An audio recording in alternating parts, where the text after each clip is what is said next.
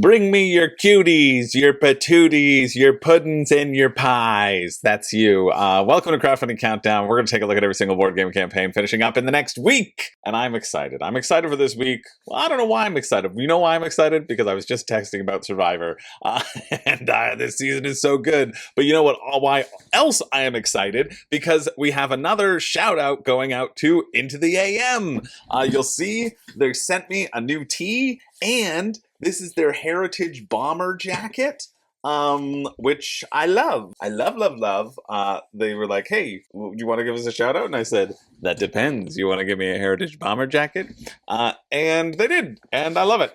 So I'm really excited. I'm really excited to wear this in Vegas. I'll be in Vegas for Dice Tower West coming up. If you are new to the channel, you know I've talked about Into the AM a lot. They're the only company that I talk about, really. They used to sponsor the channel, and now it's switched to an affiliate link.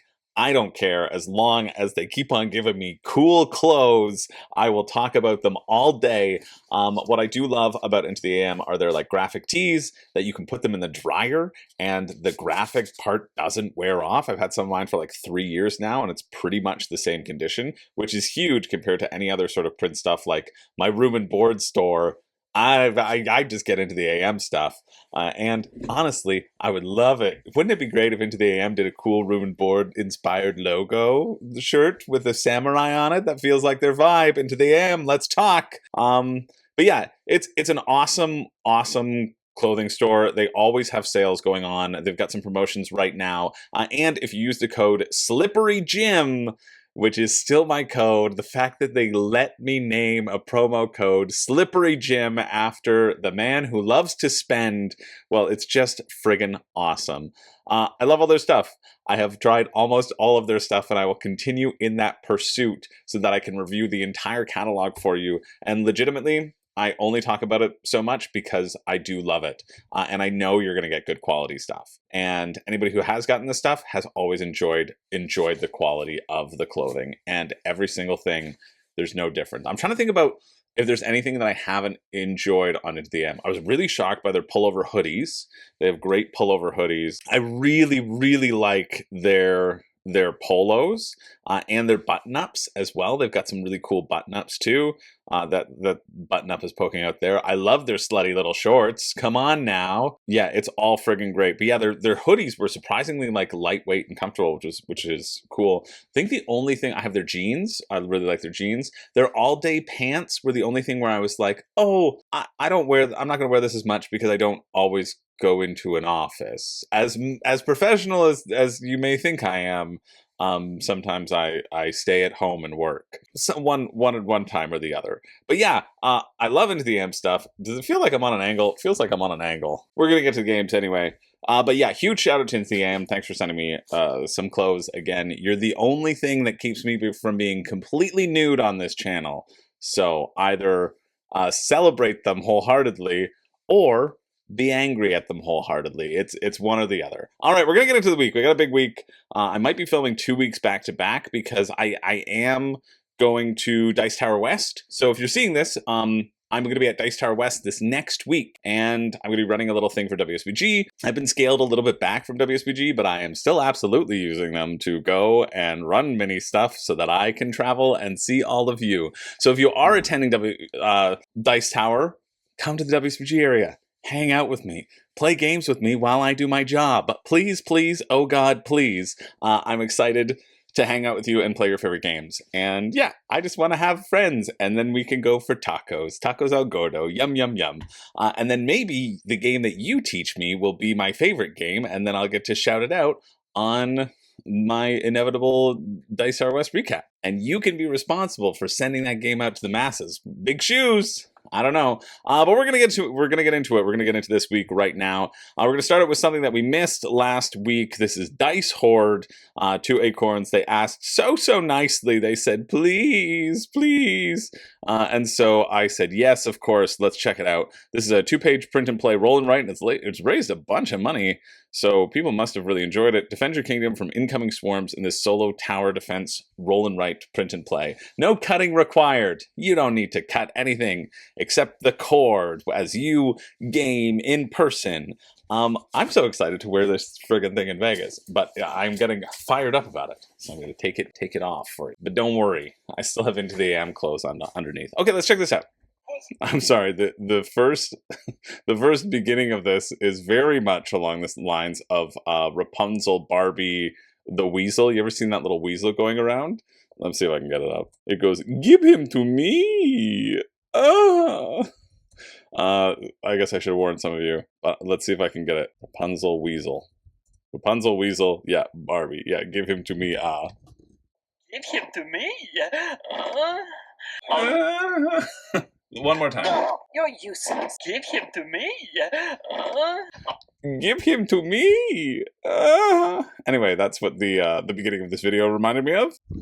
Oh, yes. Oh, yes. Oh. All right. The not safe for work is over. It's good to give the warning after it, right? Okay, you lead the charge against a wild incursion of dice-headed beasts. That makes sense. That's why they're dice. It's thematic, bursting through fresh rifts to crash your last bastion. That could be a good line. Crash the last bastion. Who's this for? Solo puzzle-like experiences, tough decisions, and real pressure. There's real pressure here. These dice are going to come and get you. There is so much pressure. Okay, you mark the round number, you place new dice on the horizon, you roll the dice to determine the action segment for each round, okay? Then all dice resolve their action. So they move out into the field. Give him to me! Oh. Sorry. I'm sorry. Oh, it's just so funny. The Barbie movies slap. Come on now. Okay, more dice will appear in different sections depending upon the round. Dice can heal as well, so their pip value, etc. Okay, so you're always going to be forced to have a random action that you can do. You can do a top version of the action, a bottom version of the action, but this dice will determine the cycle of these things. It'll tell you what the dice do, which dice invade, which dice will raise in strength, which will probably invade next time. Yeah, this feels like a nice system. I know this said you'll read more about it shortly, but I read, you'll read more about it, shorty, because of the winky face. Okay, you can build barricades, you can place traps, you can slow dice down, have the dice take damage if they land on a trap space, but only when they end their movement there. Tower stats. Red is the damage that is dealt, green is the number of people it can deal, blue is the range. Yeah, I think this seems nice. A very simple tower defense, but enough going on, and then they were offering like a basic baby version for $5. Oh, well, they're offering all their other stuff before that, but for €6, $10 Canadian, and then the full game for €15, which is $24 Canadian, for like 4 different maps and 4 different rulers. That seems a bit pricey for print and play, even on the lower end too. They kind of are bumping it up and up, but hey, like, what do I know? They raised $25,000, so seems like they got their pricing right for them. That's already done, but you can go do the final backing. The late pledge, like Kickstarter is doing to try to steal stuff away from other pledge managers finally. So yeah, all right, let's move on to this one. It's probably not going to be good, but we're going to look at it. It's 9 Omens, the card game. This is a no-shuffle card game that gives you a chance to twist your fate in your favor by utilizing your 9 Omens. Don't lose your hand on reality. Because it's in your hand. Let's see. Yeah, my favorite part about videos is when you think that they're building up to telling you anything about the game, and then they say, now then, should we play the game that you're here to purchase? And then don't tell you anything. That's good for me. Oh, good thing Jen is here. Oh, there's multiple 9-card teams from the box. Look at that. You can play them in either attack or defense position. Wait a minute. Wait a second. So it's just like Duel Monsters. I think it is. I play Rotriser in defense mode. Oh, and then the back and forth is going to be playing cards, and whenever you switch an omen, you can pick any omen to switch as well. So, like, you're trying to flip things back and forth, and that'll be the crux of the game. Yeah, okay, there might be something there. You can download the print and play for $9. Again, expensive for print and play. They could get the standard game for $15 if you wanted it. What do you get in it? I don't know. 54 cards, 9 cards for 6 teams. So it's kind of like Mind Bug-esque. If you wanted a dual monsters card game where you only had 9 cards and you always had access to them in your hand, you're playing them down in attack or defense mode. And then I think the key here for fun is going to be like, when I flip something, I force you to flip something as well. Now, does that mean I'm just going to play everything in attack mode and then flip it to defense so that you can only be in defense and created a huge stalemate for you? Yep, that's what that means. If you're interested, that finishes Tuesday, March 10th at 10:02 p.m. Now, here's what I thought was kind of cool. Like, this I clicked on because of the description. This is a single-player dungeon crawler where you gain power from the graffiti you find around you in the real world. And I think that's neat if it encourages you to, like, kind of go out and look at graffiti. I haven't taken many, oh, that's it. There's nothing else. It's just a single-player dungeon crawler TTRPG. You find yourself in a surreal network of concrete chambers stocked by a wretch called the Cardinal. Yeah, the one sort of big trip that I've taken in my life was when I had friends living in Europe, and we went up and I met up with them and was able to stay on the cheap. And I took like a walking graffiti tour in Paris, and it was one of my favorite parts of the trip, just being able to go around and see all the street art and having a city that kind of like invests and encourages in street art, I think is cool. And I've always kind of noticed it since then, of people trying to like create stuff and make the city more interesting than just a bunch of boxes. So yeah, that's why I clicked on this. I'll leave it in the links if you're interested to check it out. There's really no information whatsoever, and I doubt it's going to be any good, but if it encourages you to get outside, well, that's what like Pokemon Go did as well. We're going to move on to this one. It's raised a bunch of money. Foes of Middle-earth. Explore Middle-earth as the Fellowship and face the Balrog in a thrilling, officially licensed board game. Yeah, that's a good thing, because I was like, I don't think this is officially licensed, but it's good that they said it. Now I know. It doesn't have to be taken down. Although it would be pretty good if you just like put up like, hey, we're officially licensed. It's officially licensed, and then nobody checked and nobody communicated with each other and you actually weren't. I think that would be fantastic. Roll a save check. Okay, so lots of stat checks. It seems like a really big, sprawling game. Chapter 1, the Balrog, so it seems like they're going to be doing more of these chapters too. Gollum as a new monster. You know what? I don't think you're a monster, Gollum. You're actually the hero. It's Saruman! Okay, these extra journeys are like, hey, get from point A to point B, so maybe pick up and deliver. Okay, players explore several iconic locations from Arda, represented by tiles in a way never seen before. Each tile is randomly placed on the board. That has never been seen before, concealing its region, which will only be revealed when explored by a hero. You know what? This has never been seen before. I have never, ever, and this is absolutely true. I've never played a game where like the tiles start hidden and you randomize some of these tiles. Like, have you ever played a game where tiles are random? That is nuts. This is never seen before. This has never ever been seen ever. And so you should get this right. I'm sold. I don't even need to read the rest of the campaign. I could back right now. It has never been seen before. Oh, wait. It has literally never been seen before, because you put it face down and then you flip it up. They've never seen it. Maybe that's it. It's like a 100% beef situation. Enemies will try to prevent you from completing your journey, demanding strength and courage and resolve from the heroes to defeat them. 3 different stat checks? I imagine that. Each adventure will culminate in a pivotal moment that befell the Fellowship of the Ring, from the conflict against the Watcher in the Water to the battles in the halls of Moria. These hectic moments will define the future of the heroes in their final battles against the fearsome Balrog of Moria. So you're just fighting the Balrog in every final boss scenario? This ancient creature made of flame and darkness will attempt to crush the heroes, pushing them across the board using unpredictable attacks to annihilate them. Only the teamwork of the Fellowship of the Ring can rid Middle-earth of this destructive force. Do you have what it takes? Oh, okay, perfect. So the starting tile and the ending tile are always in the same spot as well. In a way that's never been seen before, the starting tile and the ending tile will be directly across the map from each other, and it's not even like you have to go and explore to find it. That's good. And then, in a way that has never been seen before, you are going to randomize the other tiles. And this, like, I don't know if you've gotten this, but this has never been seen before. So really exciting stuff. I don't know why more board games don't incorporate sort of like a random setup element into it, and how, yeah, this feels like they're really, like, D20 culture, you're really innovating here, and that's good. That's good. Starting on your actions, you can move, explore, rest, or attack. Perform 3 actions. You can walk 3 squares. Interact with remarkable pieces. places. Loot or with another adjacent player to exchange items. Ooh, wow. That's never been seen before. Rest. If there's no enemies on the tile, use skills. Some of the skills are free actions and attacking out. So 3 action points. 3 action points in a cooperative game. Wow. That's a good number. I've seen 2. And I have seen 4. You know what I haven't seen before? Let me just check the back of this. Nope, I've never seen it before. But what's great about this is that you're just flipping over tiles and you're flipping over event cards and you're just letting the game happen to you. Kind of like my prom night. I worked hard for my prom night. Did you know, have I ever told this story before? It's a real, I can't believe I haven't. It's emblematic of my money saving tendencies.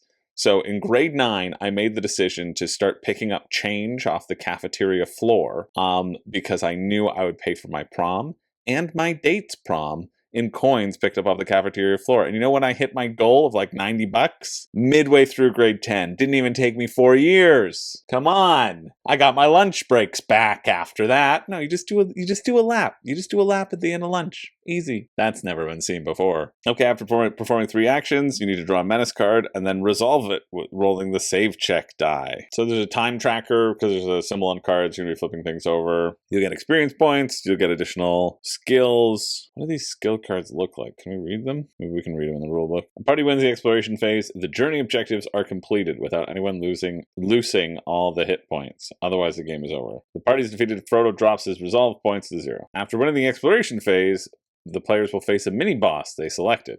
So this might be interesting. Party heals hit points, then it becomes like a boss battle. Oh, you have a mini-boss battle, and then you have a big Balrog boss battle. Built things up. He's got different attack patterns. So at least there's a little bit more of a boss battling element. I don't think the journey phase is going to be that interesting. I do appreciate them having a rulebook here, because I do want to look into the battling a little bit more. Okay, there's enough attacking in the exploration phase as well. You'll be fighting little mini things, then there'll be a mini boss, then it'll be Balrog as the arc of the game. Each weapon also shows how many dice a player is going to roll for their attack, as well as which numbers in that roll are considered a hit. 1 point of damage is dealt. Yeah, very standard. Chuck a bunch of dice at an enemy. If you roll 6s, you regain resolve. There are specific events for the board as well, which, I don't know, that kind of makes it maybe worse or maybe not. Like, as you grow to know the game, you'll know, oh, when I go to Rivendell, I can do this. Yeah, there'll be a bunch of foes chasing you.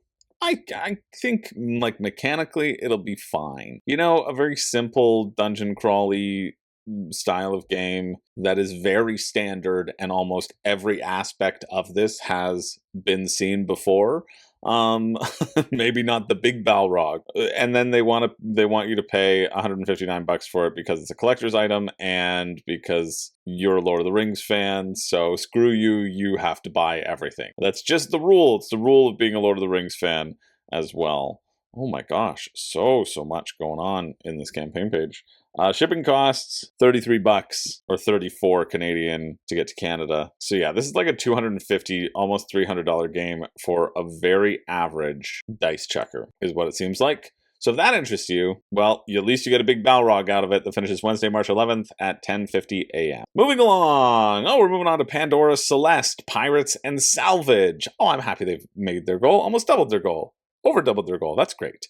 Pandora, Celeste, Pirates, and Salvage takes the winning formula of action cards, agendas, and emergency protocols that made the original so much fun and adds yet another chaotic twists as an anarchic team of pirates board the ship to pursue their own mission to this expansion to Pandora Celeste. So Pandora Celeste, back in the first campaign, Zach and I did a paid playthrough of it. So we have a paid playthrough of the original game. That was before it was produced. We have our final thoughts where we compared it to Nemesis as well. And then we also have an additional paid playthrough of this new Pirates and Salvage expansion as well, which we get to look under the hood. So I think there's I have a ton of room and board coverage on Pandora Celeste if you are interested.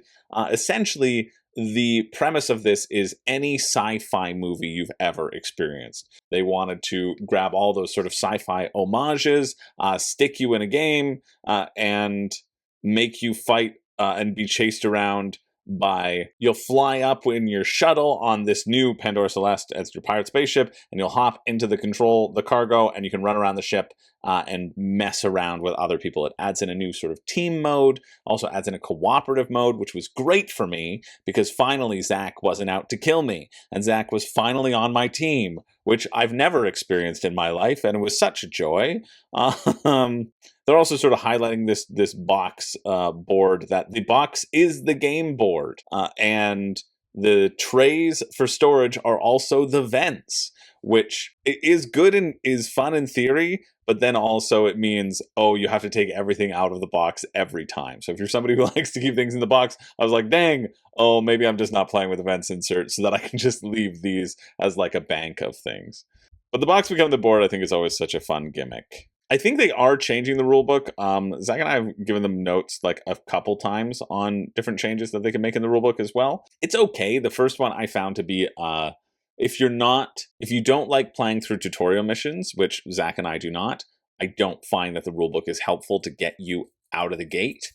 So you should definitely watch a video instead to get a sense of the game. And it's £35. 35 pounds, 65 Canadian. That's pretty expensive. Oh, and Gover. Who's Gover? Gover the Winger. It was a free add-on with any game purchased in the first 48 hours. And now it's a paid add-on for $20. Gover's the ship's security guard, the character you get in all these films who starts out overconfident, has a complete meltdown in some weird way. It comes in a critical standee, personalized deck of 9 action cards, including the bad joke. Oh yeah, no. Don't get Gover. Who cares? Just an additional character. This is much better. 25 pounds is much better. 46 is much more swallowable. Because it's a pretty small expansion. Although, to be fair, like Pandora Celeste, I guess like Pandora Celeste is 80 pounds. It's like 150 Canadian, also expensive, especially after shipping. You're looking at like $200 for this game. You really should watch the playthroughs and make sure that this is like a game for you. And I don't want to go too much into detail, because I've done it in so many other videos, just like the comparisons with Nemesis or etc. I know a bunch of people on my Discord have gotten Pandora Celeste as well, and you'll have to let me know what you think about it down in the comments below. For me, oh, look, there's the playthrough. This is my favorite part about it, is that in the rulebook, it just says, do the movie logic thing. And I was like, great. I don't have to worry about like these little closet cases. I really do appreciate when rulebooks say that sort of thing, because they're like, listen, you have the basics, you know the core of the game, do modify it for whatever difficulty level you want. And whatever seems to make the most sense, rather than always having to have your head in a book of rules. Because you can. This is one of those games where every single monster has a different way of moving and a different way of interacting. And if that frustrates you, and you're going to have your head in the Xeno data log the whole time, being like, okay, this monster does this monster does this. It's going to take a long time before those things, you remember all the details of everything that they're doing. But yeah, you can see here in terms of size of box, like this is the size of box. It's going to be a very small box, which should make it good for shipping, right? Yeah, Pirates and Salvage should have pretty good shipping, because it is like, it's a tiny box. Let's see, do I still have it separate from the main box? Give me a second. So actually, this is actually a good reference for Canada. Like regular mail, I mean, shipping is different in regular mail, right? But this cost, like, it says the postage cost is like 14 pounds to get this sent to me. But this was the size of box that it came in, and I had the bigger rule books, and then it just have this like small little add-on. So you're gonna get a bunch of stuff. I think this is the perfect expansion for people who really enjoyed the base game, and it's an expansion that you don't need whatsoever if you haven't gotten the base game, right? Like it adds on those additional characters, adds on additional baddies and some additional protocols, a team mode, right? It's quite a nice, it packs a good punch for if you enjoyed that base game, but it is not something that will change your opinion of the game one way or the other. It's not something that you should ever get if you are just getting this base game for the first time around and you're trying to save an extra $50.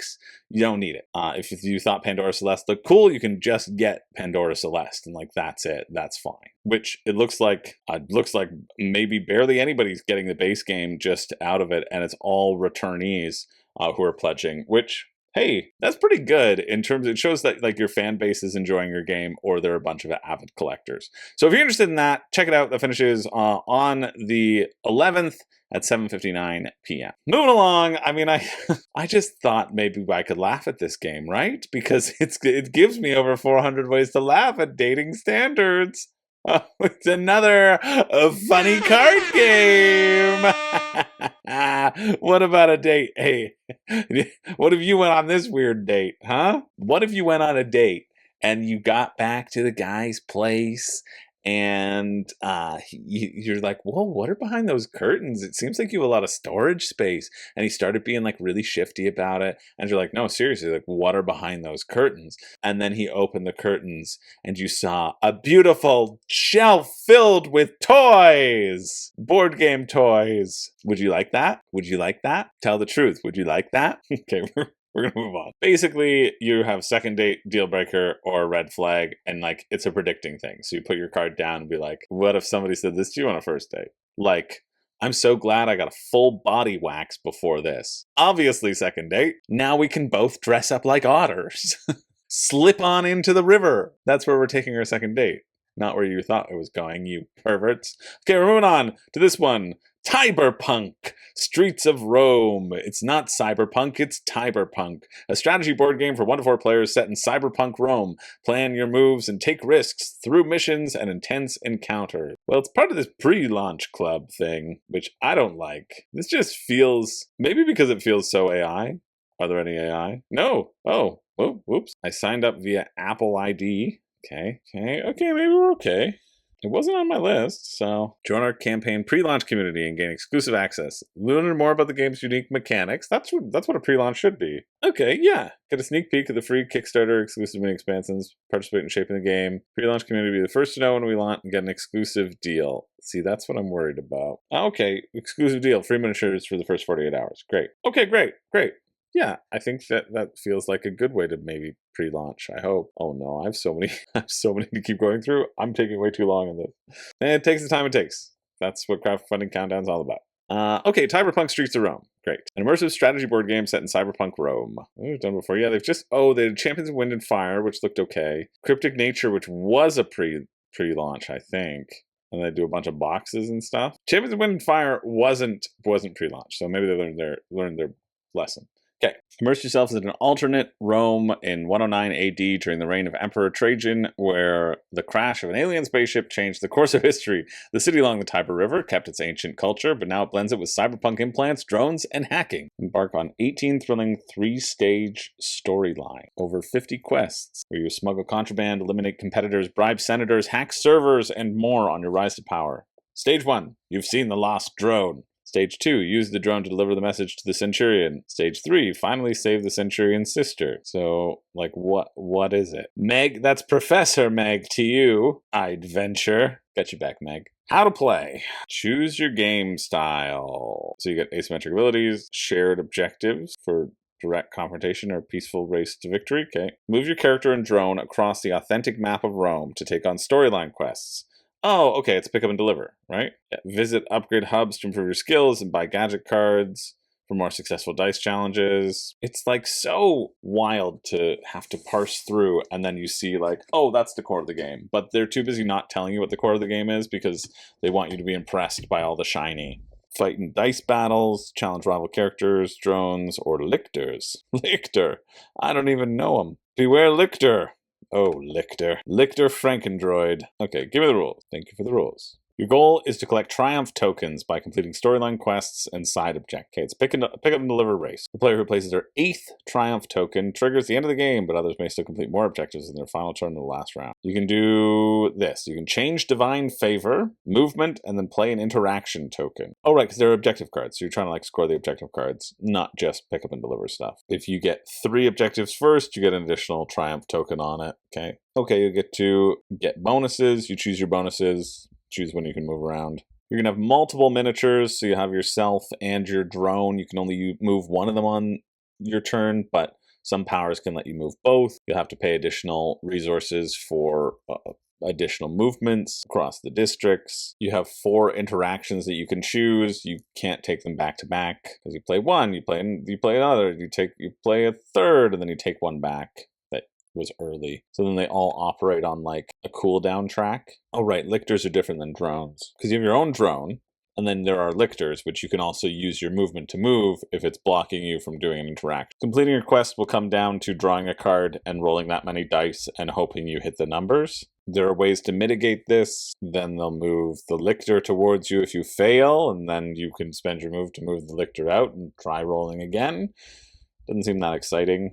But that's just stage 1. Maybe stage 2 will be more interesting. Or stage 3, they're like have all the same dice, they're just harder rolls. Okay, maybe combat will be interesting. Roll a number of dice equal to your offense skill, then compare the dice with the condition shown on the chosen combat tile. You're only doing that to complete quests, though. Yeah, I think this looks wholly uninteresting, unfortunately. It's €59, 94 Canadian. I'm happy it's made its goal for them, but it seems like so much production for very simple quest fulfillment. You go to a place, you try to roll some dice, you hope you roll correctly.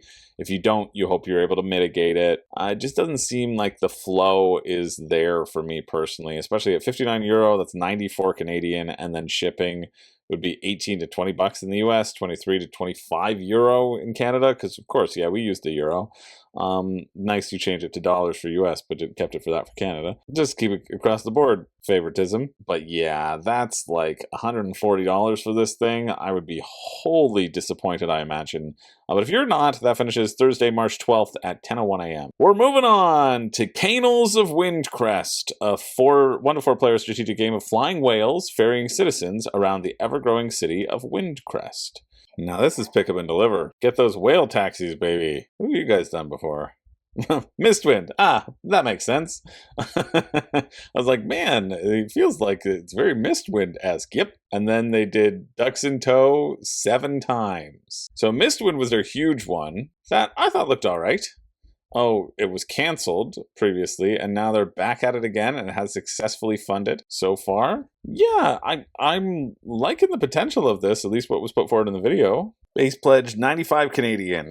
It's like 70 US. Expensive, but it's kind of the norm nowadays. Okay, here's their brief breakdown of how to play. You're going to draft location cards, then you're going to choose to gain resources, then you're going to choose an action from your player board. Build bridges. Build bridges to connect islands. Train new whales to taxi citizens and export goods, construct buildings to upgrade locations and boost future action. This is the thing that I'm most interested in because it gives me Keyflower vibes, maybe. Traveled from island to island with your supervisors, collecting resources and activating buildings. Taxi citizens around to get point multipliers. Oh, and then breaking down their solo mode as well. Read the rulebook, yes please. It looks very pretty. Okay, each town will get its own resources, each spot on the board will get its own resources, then you draft your location cards that you want to be able to activate or get resources from. The resources might chain from the previous round as well. And then you play a card, either get resources or you can pay resources to do a specific action. Okay, cool. You can build new buildings there, and then they work just like any standard game where the owner gets a benefit anytime somebody uses that action, and then you'll slide that into the card to remind people that you're going to be playing that action. Yeah, that seems slick.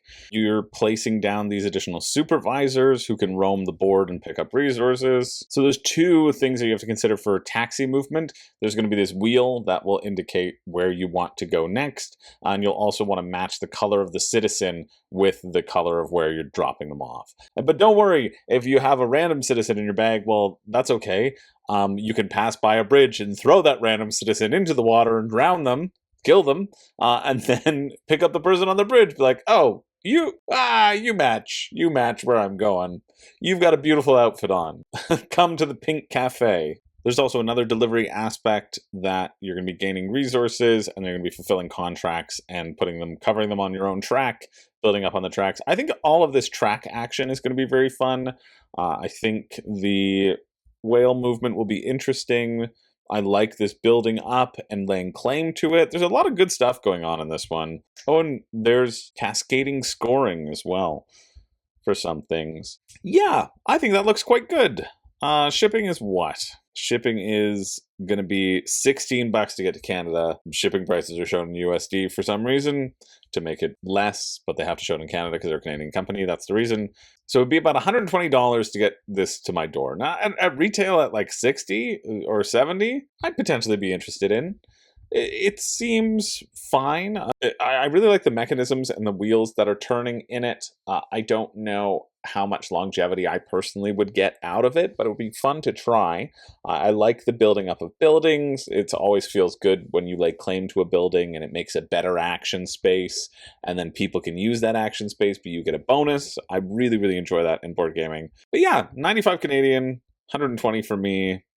Cheaper for if you're paying it in a different currency. That finishes Thursday, March 12th at 12 p.m. Okay, moving along, we've got Hike. Hike, the Husky Meeples and new expansion. Hike is a card drafting racing game. It's back with engraved Husky Meeples and new Huskies. People in my Discord were excited about this game, and they said, don't you dare say anything bad about this game or we'll punch you in the nose. And I said, listen, it's big enough for 2 fists, baby. Oh yeah, I remember this. So this was on back in 2022.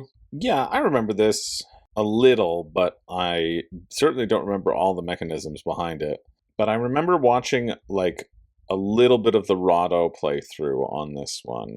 You're going to be drafting cards, you're going to be investing in Huskies, putting them out in a tableau to make sure that they get along with their neighbors, and also getting equipment, using the Huskies' movement points to move across the landscape, because this one has a black and a blue snowflake, so you can go across a black and a blue snowflake. So you're looking up ahead and you're trying to plan your perfect route, using which Husky for what. And this one is just going to add in a bunch of new Huskies, like this Husky can copy the Husky above it. There's a Mama Husky that can repeat all of the ones that are out there as well, so it can kind of superpower the ones. And these new Husky Meeples are just going to help you activate the Huskies and remember what you've done instead of these little wooden cubes. So every day you reveal a landscape card, you get a little bit more information about what you're looking for in your Huskies, and you're trying to balance drafting the Huskies, which you can slow down by putting it into your hand and then putting it into your sled, or you can swap things in and out of your sled. Yeah, I thought it looked fine. Seems like it's a little, just like a tiny game. Everything would be €43, which is 68 Canadian, and then plus shipping, like 14, 19 euro. It's going to be like $90 for a very small card game. Absolutely not. Just the expansion is all gone, so you actually can't get anything else. You can't just get the expansion. Now they're forcing you to get everything new. Seems a bit absurd. Like, what if I just wanted the expansion, right? The expansion in the bag was 17. If you just want the expansion in the bag, you can't get it anymore, which is a bit of a bummer. So your choices are everything new but more, and an all-in for $133 for a very small card game. No, absolutely not. You kidding me? Come on, absolutely not. The value is the value here. I mean, this has got to be the best little mini card game you've ever played in your entire friggin' life, and I think it's just going to be good. I think it'd be good. I think it'd be pull it out, be fine. There's lots of games that you pull out. Do you need this one? Probably not.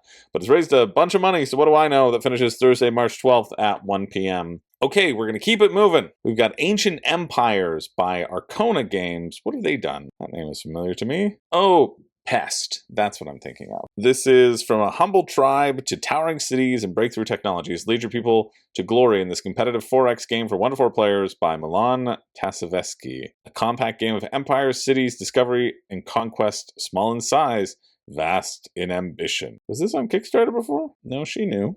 Asymmetric action programming, area control, civilization strategy game. Okay, expand across continents, command armies, build and grow settlements, research powerful technologies, forge a path, forge cultural pillars, and ultimately rise as a mighty civilization. Okay, Ancient Empires is built on the foundations of our acclaimed strategy game, Small Samurai Empire, and expands that beloved system into a deeper, richer, fully realized 4X civilization game. I remember Small Samurai Empires, but I don't remember anything about it. I remember liking it, though. All in is going to be $79, 110 Canadian. The base pledge is going to be cheap, $45, 62 Canadian. Okay, this must really be a small game. Sorry, if you add an additional, it's $49. So it's cheaper to get your own pledge. Is that what I'm seeing?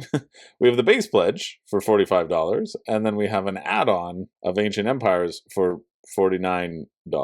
What? That's the opposite of how bulk buying works. I don't think you know. I don't think you understand here. I thought it's excellent. What? Plan your orders on the map, then reveal them in shifting resolution flow each round. Outmaneuver your opponents through timing, positioning, clever sequencing. So very similar to Game of Thrones, it looks like you're going to be placing your action counters down. Begin as humble tribes in the Stone Age. Move forward. Area control across continent. That's fun. You can get another map. Yeah. On your turn, place one of your order tokens face down in any slot of the board. 3 to 2 orders. Every time you place an order, you immediately gain the neutral action shown next to that slot. Cool. A small tactical benefit, such as bonus move attack, etc., that might indicate what you're doing. Wherever you place your order also indicates where it can be placed in the continent. I like that. Resolution phase. The direction shows where to start. Then you flip them all over and resolve them in sequence. Okay, so you don't even get to see what the other people are planning before you do your action. That's pretty huge. Yeah, move, get tokens that will give you benefits that are already on the land with Explore, grow, recruit armies to expand your might, build new settlements and wonders, or produce, or statecraft. Is that an action? Cool. And there's a midway point where you choose your civilization, which gives you like asymmetric powers and stuff. This looks fun so far. Yeah, I doubt there's much more to be covered in terms of this rulebook. Yeah, obviously there are spots that are a little bit more advantageous. There can be applied for either continent, give you that flexibility, but you have to apply all of the action to one continent. I think this looks good. How do battles work? That's what I want to know. Gain 1 attack point or 2 attack points if you pay 1 material to enhance this action. You can spend an attack point to do the following. Attack an army, destroy one opponent army in a territory. Gain 1 glory. Attack a settlement, destroy 1 improvement in that opponent's settlement. Only if that opponent doesn't have an army in the territory. So the only way you can destroy improvements is you clear out all the people, or attack barbarians, destroy 1 barbarian token on a territory where you have at least 1 army. Cool. I like that the attack is very simple. It's like, oh, I'm attacking you. It's more assassinate, right? If you want to think about it in terms of that, they're not fighting, you're moving and you're murdering. You're not taking casualty. I like that you can grow. If they're just murdering your army outside your settlement, trying to destroy your settlement, you can just be like, there's some more people to murder. There you go. Pop those guys out. And then just getting a bunch of technology cards too, filling up slots. They'll give you bonus actions, bonuses. I think this looks good. Yeah, I'm quite surprised. I think this looks quite nice. Shipping to Canada would be $20 for the base pledge. So if I'm not getting an add-on, I'm getting the base pledge, but not the add-on of the base pledge, it's going to cost me $65 US, about $90. I don't think you need the deluxe pledge. Well, obviously, I don't think you need the deluxe pledge. All it does is going to improve some of the tokens, some of your action tokens, turn it to wood, but your meeples and stuff, the things you're interacting with the most on the board are already deluxified in there. Yeah, I think this one's quite nice. If you like pre-planning, I like this idea of action programming. I think, that's what I wanted to check in the rules, is that revealing aspect that you don't get to see what your opponents are doing, which honestly is going to make it a lot more of a quick game to, fully resolve an order token before flipping the next order token on the map, like we intuited and suspected.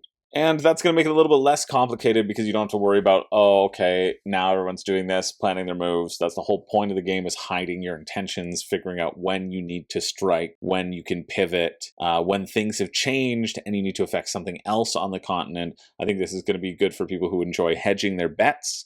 I think this looks great. That finishes on the 12th at 2 p.m. Great, I just cut a couple. That saves me time. But we're going to talk about this just briefly. This is Lunar Rush Innovation. This is expansion and a reprint for Lunar Rush. New powers, new problems, asymmetric factions, same ruthless timing.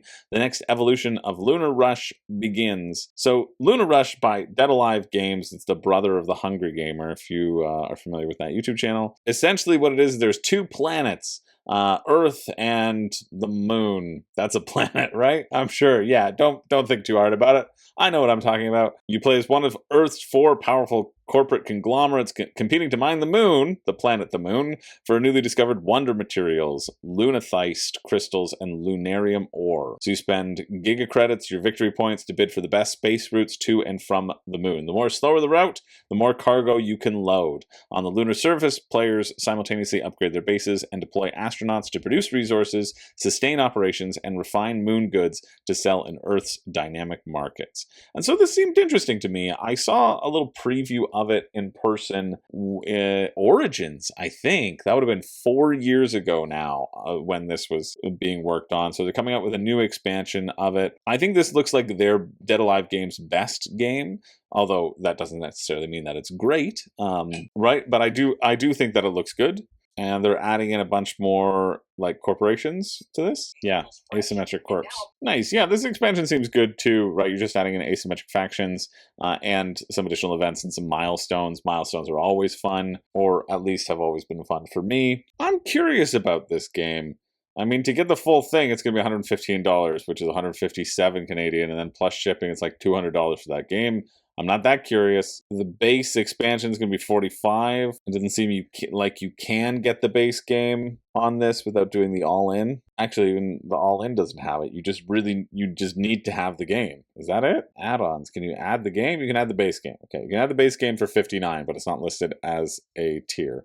So $45 almost doubles the cost of the game. The thing that I have been curious about, and this is a tough one because I'm usually pretty good at judging the feel of a game from the description. I like this concept. I like this concept of the slower routes taking, longer to get there, but then you can upgrade a bunch more stuff. I like that potential pace. I think I've always thought it was odd in the first initial example that, like, the game only lasts 7 rounds. I guess you get to bid on things every round, but then is somebody going to be on a slower route right from the beginning? Do you just try to get the fast route every single time? Is it going to balance out?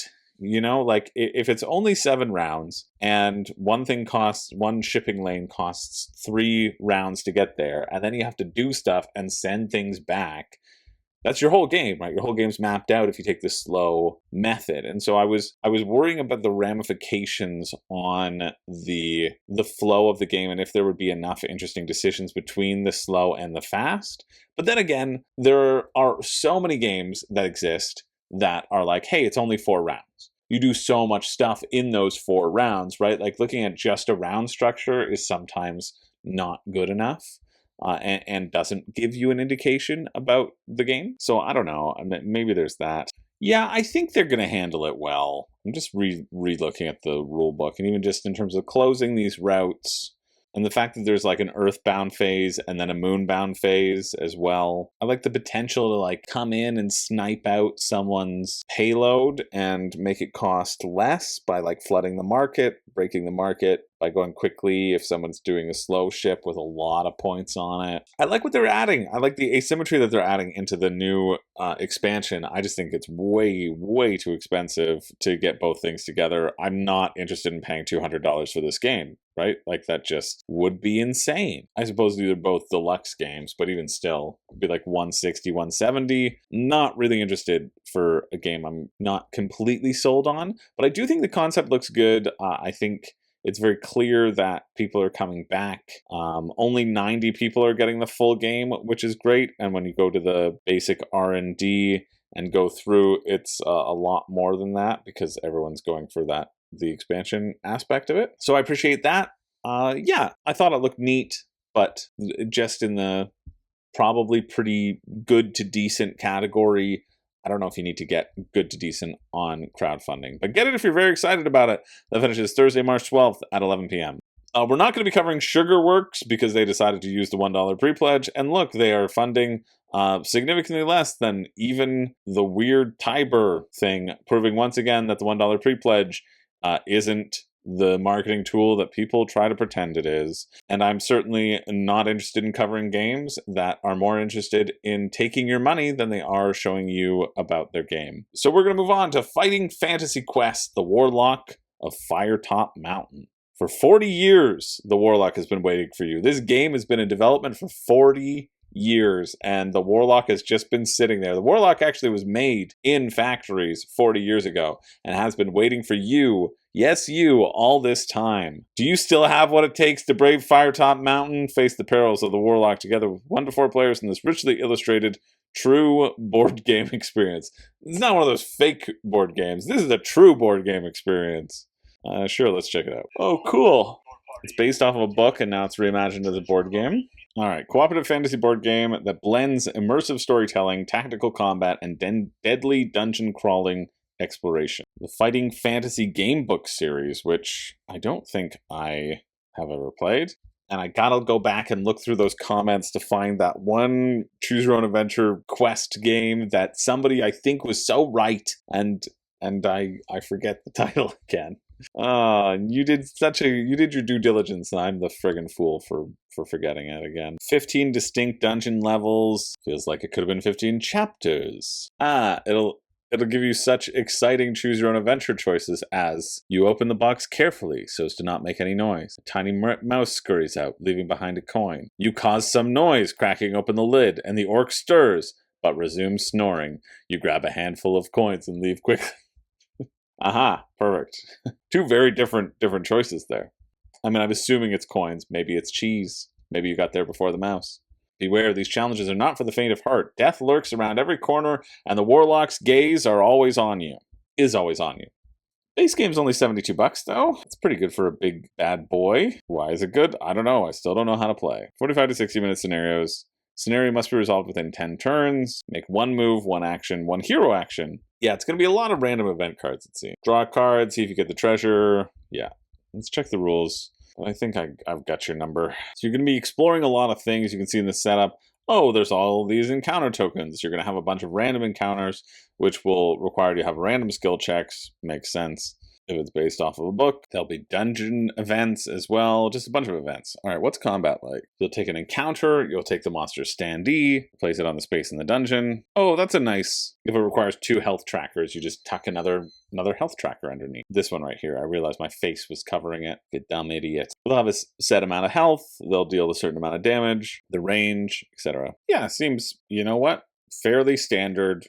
Inoffensive. If you wanted the base games plus €25 for shipping, so it'd be about 140-ish Canadian for me to get this game. I think there are better dungeon crawlers out there. You should get Massive Darkness if you want something that's still very easy, but gives you a lot of fun and flexibility.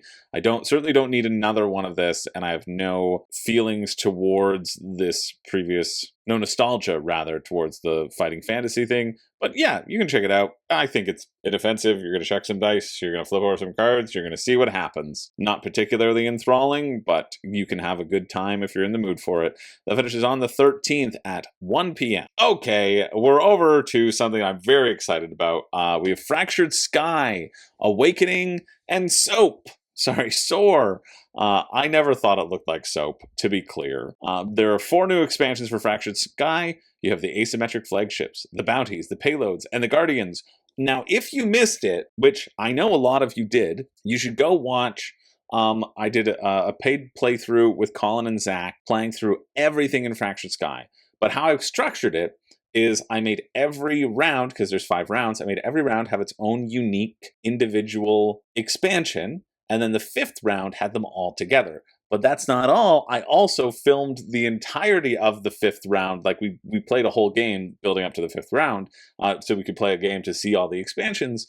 And that's also in a secret link attached to the links that you can go check out. I think these playthroughs are fun. I particularly like the Fractured playthrough, and I think it showcases the game very well. And there's also final thoughts on how this compares to the base Fractured Sky, what the expansions add, what are our favorite expansions. You know me, I really enjoy Ivy Studios games. I have enjoyed them all to a varying length, and I agree that this makes a great game better. It's funny, I had to submit quotes twice for this because there was a little bit of a mix-up. And I think on my second time, I was like, makes a good game better. And then luckily they found the first one, because my first one I said makes a great game better. All that is to say, I quite enjoy Fractured Sky. I've enjoyed it a lot. And I found that with Fractured Sky, my enthusiasm for it was starting to dip a little, because I really like Raw. And I find they give you the same feeling of like pressing your opponent. They're very different games, but like the feeling of it and the interactions that you can have and the bluffing that you can have, trying to make people bid something where they shouldn't be bidding, can happen in both of these games.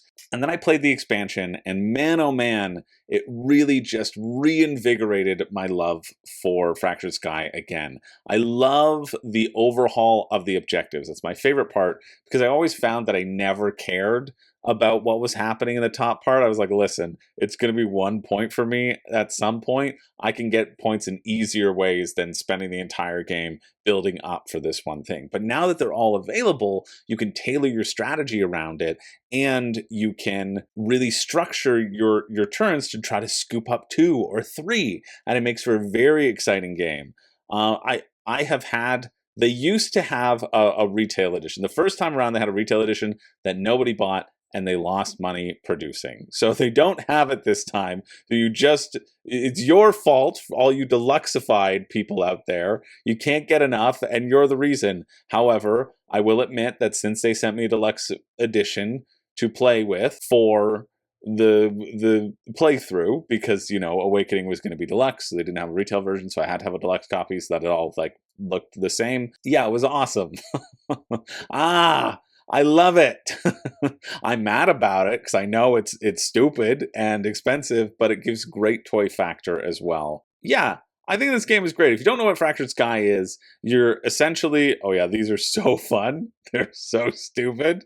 Oh, they're so stupid, but they're so fun. Fractured Sky, like they were saying up top here, is a game of hidden information. You're going to be bidding 3 chips, and your chips have to add up to 10, and you're going to be bidding over locations where you can win points or Starfall. But you can also win resources, and you can use those resources to build structures around that can help you get you more resources or get you more strength or whatever, or give you the flexibility to look at hidden information, because every time there's going to be a bunch of unknown Starfalls that you want to check out and get a little peek at, so that you can bluff that it's not going to the caverns. No, it's going to the woods. And then you can sneak into the caverns at the very end with like a 1, steal a point that way, and then fight in a contested region where everybody knows there's points. It's really good. It's a really, really good game. It's also Ivy Studios, so it's very expensive, and it's blinged out to the nines for almost no reason, but maybe a little bit of a reason, because that reason is just fun factor. Yeah, I loved all of the expansions. I talked about it in our final thoughts. Myself, Zach, and Colin all really enjoyed it. Colin had never played Fractured Sky before. Zach and I had played it a bunch before we did our playthroughs, and then Colin got his taste of game. But yeah, I really, really like the Guardians aspect as well. They're super fun. They really shift things around, and you can abuse them if people aren't paying attention, and have super powerful turns.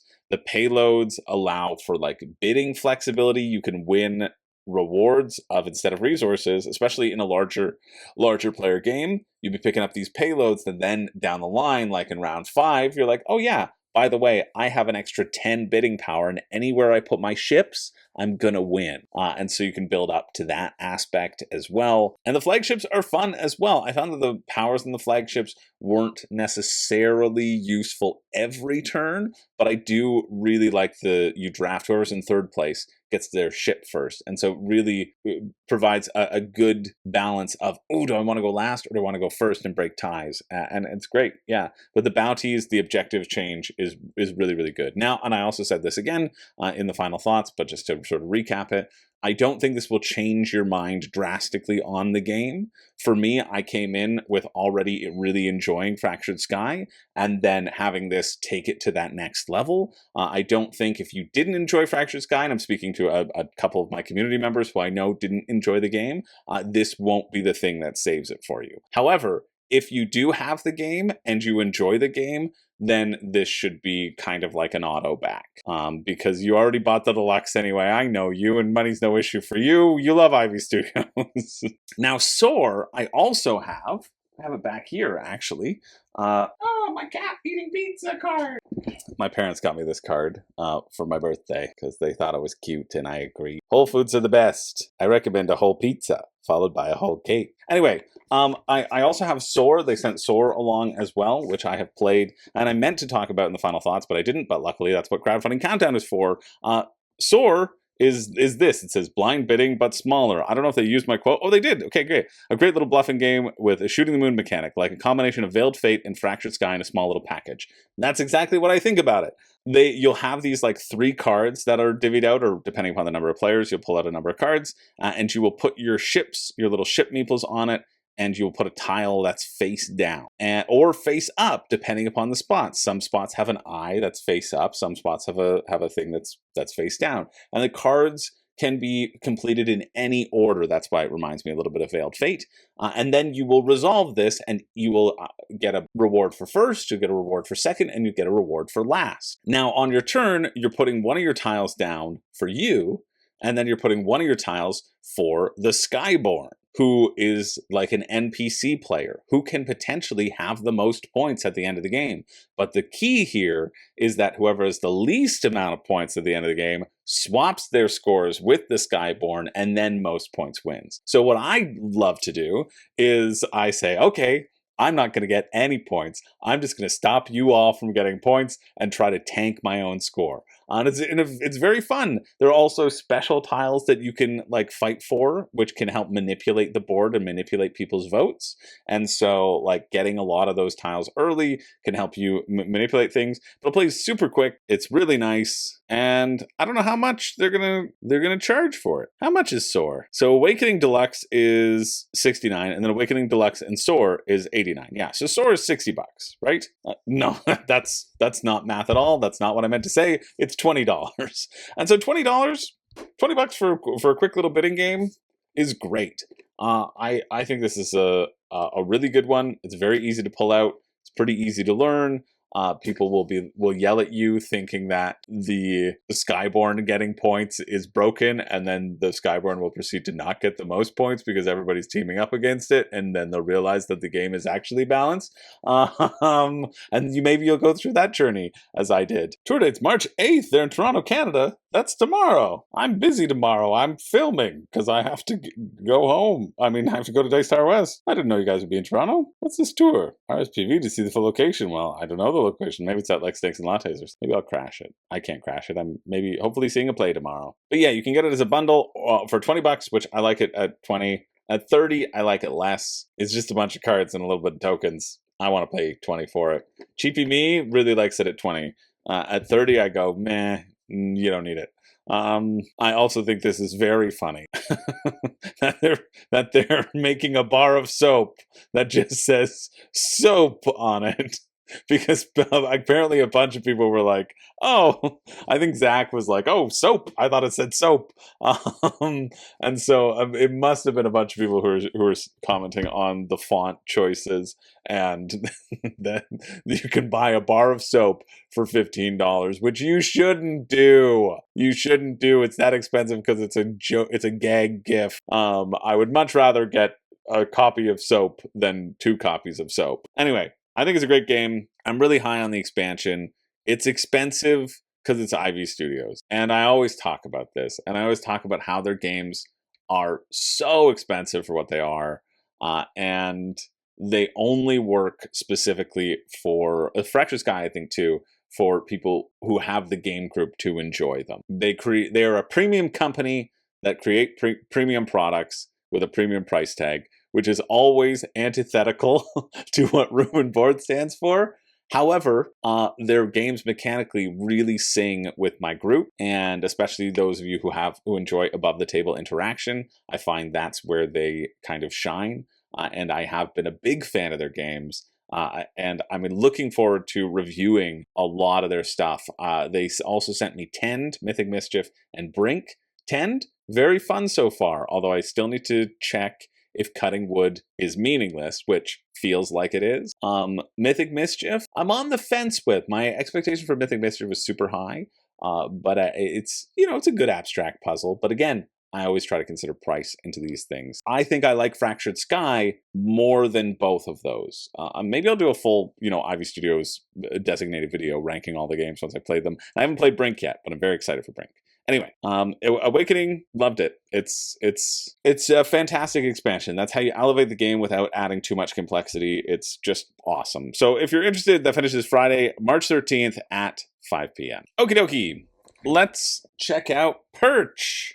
It's Perch, Birds of Play. A reprint, 3 mix and match expansions for Perch. Get ready for feathers to fly in this area control game of winged warfare. I remember Perch. I remember thinking it looked okay, but it's never been anything that I have been eager to play. Yeah, it's just a little area control game where you're going to be sending birds to a card and try to get the most points. But sometimes, very much like Soar, actually it gives me major Soar vibes. Yeah, I mean, I clearly think that they've switched these standees to minis based upon customer demand, but you're wrong. Birds of Play, it adds in 3 new expansions as well to shake up the main game. The main game seems fine, right? Like, it's that idea very much like Soar does. It's funny that these two are juxtaposed next to each other because I like the length of Soar for this mechanism. I don't think I like it as much when it's a little bit longer. The thing that I'm interested in with this Birds of Play is there's a pond mechanism. There's 3 different expansion modules in there. One just gives you points for being the first person to go to a place. That feels like a big bunch of who cares, although it can shake up turn order for resolution purposes, so sure. The other is the sun and the moon, which will move around the board and change how many points are worth what. So there's a rotating amount of points rather than having just static markets. And then the one that seems most interesting is ponds. You'll add in ponds in between tiles, and then the tiles on the outside of the ponds will also affect the inside of the pond, which that then is sort of shaking up the board. That's why I would be interested in this expansion if you have Perch already. And if you have Perch already, let me know, like, is this in your top game? How could it be, is my question. I don't know. Although that's a good price for the expansion. The Birds of Play is 23 US. I really like that. 32 Canadian, that feels like a very reasonable expansion to me. And if you wanted a base game and the expansion, so 32, getting Perch sitting at around that $50 mark feels reasonable. Now, of course, you are going to have to pay for shipping, and shipping will bump that up to about like $100 Canadian. And this does not feel like a $100 game to me. At a $50 game, yeah, it feels all right. In theory, I should like this game. Maybe if I played it... No, that's wrong. I'm good at what I do. And I know it'll just be fine for me. I don't see it wowing me to an extreme point. But if you like it, I think it feels like a reasonable expansion. I think the pond is going to be the most fun. So yeah, you might enjoy it. For only $32, 23 US, that feels pretty good. That finishes Friday, March 13th at 7 p.m. I was interested in this. It said 9 Lives, the Idiom Origins game. A new tabletop card game where choosing the correct origin stories behind the words and phrases keeps you alive. It's a big old trivia game. I'm surprised it's raised this much, to be honest with you. I think figuring out the origins of different things like bucket list, peeping Tom, red herring, etc., is interesting, but does it warrant a game that's going to cost you $55 Canadian plus shipping? Probably not. However, if that is something you're in the market for, that finishes Saturday, March 14th at 11:24 a.m. Moving along, I just wanted to talk about this quickly. Oh, I thought this was that specific Mr. Meeple company, but it isn't. This is Meeple Style Socks of Legends. 16 iconic designs to level up your game night. If you were in the mood for some nerdy socks that have some Carcassonne on them or some Ticket to Ride on them. Sorry, it's definitely not Carcassonne. Don't worry, you won't get a cease and desist. Oh, you probably will. See, it's not Carcassonne. It's Rivers. So for 16 pairs of socks, it would cost you $86 Canadian. That's like a little over $3 a sock, or a little under $3 a sock. Yes, you go buy single sock, don't you? Never go buy a pair of sock. Why? Why calculate it in your brain as a pair of socks when you can calculate it as just a single sock? Don't you split socks with people? Because everyone has a foot that's 3 sizes bigger than the other one, right? Zach does. Yeah, so if you're looking for some socks, I don't know, I like nerdy kind of clothing, but it's only because Into the AM doesn't have socks yet. That finishes Monday, March 16th at 2 a.m. We're going to move on to this one, where it's also on the 16th. This is Balkanika, Saphira's Escape, a player-driven storytelling adventure where every play is an open-ended experience of the world, characters, and its mysteries. I have no idea what this is. It's on GameFound. It's barely funded, 26 backers, but I click on everything. Players travel together from location to a location, revealing items, NPCs, Saphira's forces as the story unfolds. On each turn, a different player takes the role of the narrator, guiding the scene and setting the tone, while the others respond in character, shaping the journey as a group. Encounters are resolved with dice rolls, fighting Saphira for control of each location. After 5 cards are revealed at a location, the story concludes with a win-or-lose narrative outcome unique to that adventure. And this is €45? How is this not like $2? I like the art though, cute art. Yeah, it's just a big storytelling game where you make it up. Your party is hot on a clue when an overwhelming urge for a coffee break descends. How do your characters react when Borots appear, insisting on an immediate impromptu meeting amidst your investigation? This seems awful. Clearly it's just friends who are backing this. We're gonna move on. I don't know, I clicked on this. I clicked on this because I was like 10 events in 1 year. Oh, I know some people in Florida. This is community-run board game gatherings across Florida. Get your tickets to any of our 4 board game conventions and support our 6 free tabletop events in Central Florida. Yeah, and these are just like big meetups, which the price seems pretty decent. A little bit less than $20 to attend. So if you're looking for spots in Florida, you can. I was like looking at like little mini conventions, and this is Caravan Convoy. Don't quite understand what I guess they travel if you want to play test your games. But I do love this free entry, open gaming all day, big community tables. Sure. Okay. This is my last one, and then we're gonna get back to games. I swear. There are a lot of pinup. I should have prefaced this, but I'm as shocked as you are. There are a lot of like pinup STLs that is a surprisingly booming market. I never knew that 3D pornography was going to take over the internet. I always assumed it would be in a holodeck form, in a VR realm. But here we are. I clicked on this. It should be obvious. You know why I clicked on this. With a title like, "Oh, Mouse." How was I not going to click on this? I'm but a simple man, and when I hear that there's a pinup figure called Oh Mouse, come on. What am I supposed to do? Okay, what would you do? Well, you're forced to do it now. And I was like, why? What is this? What is this sensual collectible figure doing? And then it's because, well, she's standing on a stool because of a wind-up mouse. And if you didn't know this, because I'm learning this, I've been around women before, and there've been mice around too. And not once, when a mouse comes, do they feel the need to disrobe. I don't know if she thinks that it won't entice the mouse. I'm actually not sure about the character description. Is she worried that it's going to get in the skirt, maybe? Even though it's clearly a mouse and not a squirrel. I don't know. There's so many character choices here, and there's such a rich lived-in experience that I think we deserve to unpack together here in the tabletop game Oh Mouse. Or we could just stick with a different horny animal, everybody's favorite weasel. Give him to me. Who thought I would get another tie-in? All right, we're moving on. We're moving on to this quick print-and-play game. Time to rule your kingdom in a tactical print-and-play strategy game called King. Oh, this guy's done like 1 billion print-and-plays, and they're always like decently complex, generally pretty good. Direct sequel to Knight.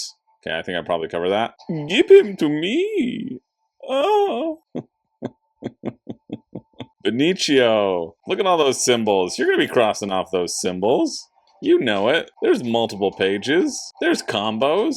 I'm not a printer and player because, well, I've got too much work to do. Oh yeah, Space Alone looked awful to me. I remember that. Monster Kill, I remember looking good. Call the Doctor looked okay as well. Yeah, the Alone and Roll and Meow looked okay.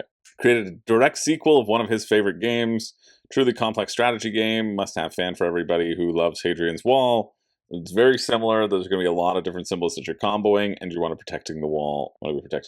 If you know Knight, so he's made it for fans of Knight who are like, hey, I want more of this, and now you can have it. You choose a king, you choose a scenario, you draw some starting advisors. Each turn, you'll choose one side of the event card. You'll get the resources, you'll get the action of the selected advisor, so either left or right. Okay, love that. Activate the selected domain, and then determine the consequences. Sick. Use your resources to develop the kingdom. All elements are connected by a dense web of dependencies.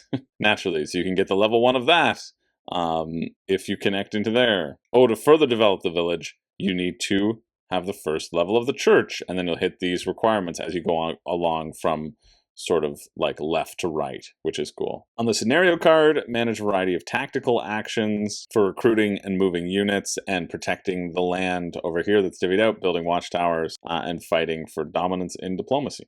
And then each scenario has its own victory or defeat conditions. Yeah, I mean, how much are you? See, €5. The fact that this guy has been pumping out these games that are mechanically dense and like actually quite good for €5, and then making an all-in like a pretty reasonable price, and then you get other people who are like, okay, but I'm going to charge you, $40 for this print and play. I understand, I get it, but I think this is the guy who's setting the standard, and you got to be better than him, and not many people are. I'm not going to look too much into this, mainly because I'm getting tired, and I understand the gist.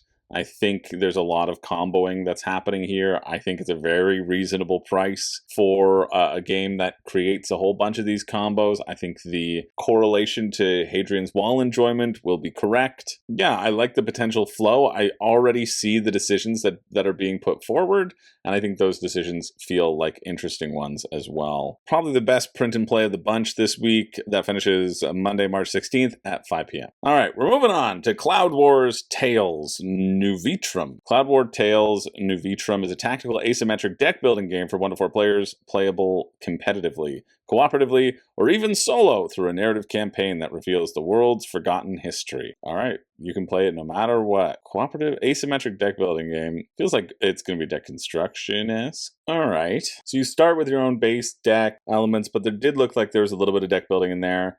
You're pushing towards either destroying the baddies that are in the middle of the battlefield, or you're fighting each other kind of lane battler-esque is what it looks like. The deluxe all-in is €125, get stuffed. The core game is €60, so 96 Canadian, already get stuff. And then gameplay all-in, so they're adding in new characters, which makes you feel, inadequate if you don't have all of the character packs. What is going to be the optimal way to play here? Probably the solo narrative campaign is what it feels like to me, which is also cooperative mode with 2 factions. We're still going through the campaign. All right, how to play. There's 5 phases. Play and acquire card, move units, activate units. You're spending whatever resources you accrue on activating your units. It's probably different for all different units. Phase 5's initiative. It looks like you have your own side of the board. Oh, you're going to get rid of cards in your hand for activation. So you can't play everything. Or you can, but then you can't activate things. They're really pushing that, like, listen, hey, cards you played this turn aren't going to go to the discard pile, so you might run out of cards. No, this is great. Again, you never have to apologize for giving a rule book. I think that's great. Okay, the rule book is written assuming a competitive game, since this is the simplest way to learn how to play.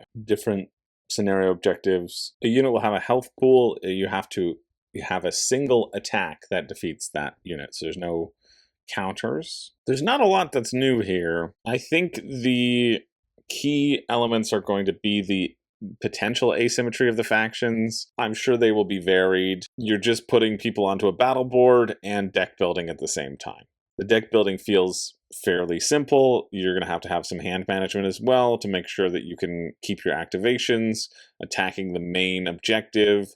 The main objective could be defeat this thing first. You both have to race to it or something. Or it could be take out the opponent. I think it looks okay. I like the art and stuff on it. Yeah, I don't know. I don't really see it, to be honest. I don't see huge value here. I'm not convinced this is going to be wildly exciting. I think it's just going to be a deck builder with, a couple movement, putting your people out and moving. But it's not even like you're deck building into their movement.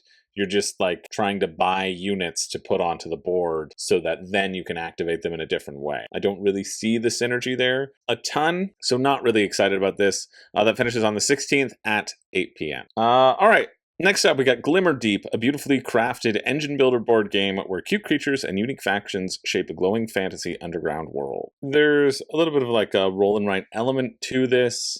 You're going to be building up your own engine. You're going to be buying these communal buildings, and then you are going to be mining and taking those minerals and turning them into points using the buildings that you bought. $44, 49 MSRP, it's 60 Canadian, and then plus shipping for me to Canada is about $10. So it'd be about $70 for this roll and write game. At that price, you might as well just do 10. But here's how you play. You're going to flip over a polyomino shape, and you're going to drop it on your map. Right now, this indicates to me that there won't be wild variety in all the maps, but sure, it's nice to have a different layout. Then you're going to construct powerful workshops and forges, increase the production of points and resources by activating your engine. Yeah, you're going to get that instant feedback and dopamine of, okay, there's a Warlock, flipping over and activating your engine. It feels like the workshop building cards feel pretty simple. Kind of reminds me of Furnace, if Furnace was a roll and write and not a good bidding game. So everybody can get these traits, I see, and that's where the asymmetry is going to come from once you get those traits. In rounds 2, 3, and 4, you select a faction trait. I do like this. I like progression where it's just everybody gets to grow as the game goes on. You don't have to work for it. You know that it's coming. You know you can build your strategy around it. You know you're going to get to get one of these two abilities, give some replayability there because you're like, oh, I wish I could do this. I think that's also fun. Okay, it's also fun that you have to excavate the spaces to fit the building. Probably be a little bit more interesting if the buildings were different shapes rather than just workshops and forges, but sure. And then in production phase, you convert a bunch of stuff. So it's the roll and write version of Furnace is what it is. I think Furnace is a good game. I don't want to pay $90 though for it. If you're interested in this idea of this engine building, chaining things together, without the roll and write, but with the bidding element, you should check out Furnace. This one for $70 feels a bit expensive, but you know what? For Kickstarter prices, it's not bad. I think it looks all right. Coming around on it. I think the drawing out your buildings on the spaces you have excavated and is the thing that pulls me in and gives me a potential. So yeah, if you're interested in that, check it out. The finish is Tuesday, March 17th at 10:59 a.m. And then finally, finalement, we have Inferno 1348 Deluxe and the Inferno Deluxe reprint. I remember Inferno when it was around back in the day. Oh, this is just a collector's box. Who cares? Inferno looked good. They commissioned Rahdo to model for the 1348 version. You can see that he's there right on the cover. And they've got rats, which, you know, is fitting to the theme. So this is a big expansion then. But the main core element of it are all these little rats who are going to come to you. You're going to have your own little rat board. I don't think this quote is what you think it is. Chris Yee's like, yeah, you know, if they hadn't had another campaign, I would have never played it again. not the press, not the readings between the line press that you think it is. But I did think that Inferno looked interesting. So if you want just the expansion, though, it's going to be $100. If you haven't bought anything, they're like, hey, buy it now for $300. I can guarantee you that it's not interesting at that price point. I think I remember being interested in this game and being like, yeah, if it was like $80, maybe. Inferno 1348 isn't one of those expansions that simply gives you more of the same, because in 1348, everything is even worse. More suffering, more danger, more interaction, more impossible decisions. Mix and match the modules as you like. If you can still breathe easy, you're ready to add another one. The main one, I think, is the Great Pestilence. You can embrace the plague itself, who can murder your people for you, which, you know, when you send your people into hell, that's okay. There's the Merchants of Ravenna. So there's a new map board where you're trying to establish alliances. There's the Encounter. Virgil has fallen asleep. Dante begins his descent alone. Oh man, we gotta go find Dante. He fell asleep. Builders adds 8 new locations that modify the effects of some of the original buildings. Cool. Edicts adds a new 12-card deck to replace Florence Reputation endgame scoring. Now both the objectives and their point values change from one game to the next. Always a good little changes. Centaurs introduces a new double-sided board that's placed over the Phlegton River on the main board. Scoring now includes a 6 column. One side lets you jump up by 6 points per step. It's really interesting. They're not really talking about the base game in here. I was going to do a little breakdown for y'all, but I'll just go back to their previous campaign to show you a little bit more, some more examples of it. I mean, like any expansion, right? I think if you love the main game and you're actively playing the main game and you really, really enjoyed it, then sure, get the expansion because you know you're actively playing it. If you got Inferno and you played it once and never again, but you feel like the expansion will revitalize it for you, no, sell it. That's what you should do. You shouldn't have backed it in the first place. Here's what I like about Inferno. I like the slow descent into hell and madness. That's what I like about Inferno. Basically, it's kind of a worker placement game up top, and then a party in the back. Wait, a party with Satan as you try to get the correct spot on the track for all of your lost soul, bringing every single one of your sinners to hell. As you chain things together and slip on all of the existing souls like a slippery, soul-filled slip and slide. Did somebody Looking for souls? No, Slippery Jim, we're not giving you our soul. Not even for 10% off? Oh God, Slippery Jim, get out of here. Possessed me for a second. Oh, I remember when Slippery Jim possessed me. That was... There's a video on this channel where Slippery Jim Freaky Friday'd me, and I thought it was maybe even too insane, even for me, but I did, because I decided to subject you all to it if I had to subject myself. So I think this is interesting. I think, like, from a Eurogame standpoint, yeah, it's cool. But it doesn't really bring me in to 1348. It certainly doesn't make me want to spend $300 on this thing. I mean, come on, have a little bit more sense with your money and, like, be a little bit more discerning. Your excitement better be through the frickin' roof for this one. You better have watched every single video, even the ones in the languages that you don't understand. Yeah, I think it looks good, and I think the additions to this look good as well, but it's certainly not for me, even though I did look pretty highly on the original campaign. So sorry, Rado, or Dante, whoever you are, that finishes on the 17th at 1 p.m. And that is it. That is it for the week. That was a big week. And every week I do a pick for me and a pick for you. The pick for me being the thing I think is the most interesting mechanically. The pick for you, I think if you got, you would regret it the least. But before we do that, we're going to go into and remember everything that came before with a little, sweet little grunt down. Nah. Nah. Nah. Absolutely not. Nah. Yeah. Meh. Socks. Sucks. Crocs? Give him to me. Nah. And so we had a lot there. We had a lot. I mean, obviously Fractured Sky gets put in. I think Fractured Sky's got to be the pick for me. Fractured Sky really does have to be a pick for me because I'm basing it off of mechanics. I mean, let's break down the price though. You know, for $100 Canadian, it's real expensive. It's really expensive. And I probably, like, I wouldn't want to do it. I wouldn't, because it's so expensive. But then again, I feel like Ivy Studios is one of those game companies that kind of like Chip Theory. Well, I guess Chip Theory just gives you a lot of stuff. Ivy Studios is just like premium, which, like, you got to sign up for it or you don't. But mechanically, it's a slam dunk of an expansion. It really is. I had such a great time with it, and it will keep Fractured Sky in the collection for sure. The new special deluxe version. Maybe I'll get rid of the retail one now. I'll give it to Zach. So yeah, so Fractured Sky Awakening is the pick for me specifically. And I think the pick for you is going to be Ancient Empires by Arcona Games. I think if you're looking for a little area control game, a quick one, the price is pretty decent on this one too. I like the activations. I like the hidden activations. I think it's going to be a nice 4X. I like the civilizations that you're going to get as you go through. There's a lot here to be excited about, and it was definitely one of the standouts as we were going through it as well. So there we go. That is it for the week. Thanks for being here. Remember, if you are attending Dice Tower West, come hang out with me. And then next week, I'll also be shouting about Breakout Con, which if you're doing that in Toronto, come hang out with me. I'll be in the WSBG room, and really, like, I'm doing just the bare minimum this time for WSBG. I'm not walking around and, like, talking to people the whole time. I'm not on the clock the whole time. I'm putting in the allotted amount of time, and I just want to sit and play games with you and then stand up periodically and do my job. That's what I want. So I would love to play games with you all. Come hang out with me. Come say hi at either of those events. Or I think I should also be at KublaCon in San Francisco in May. I just booked my ticket for that to fly down there. Again, we're doing a WSBG thing. That'll be a tighter timeline.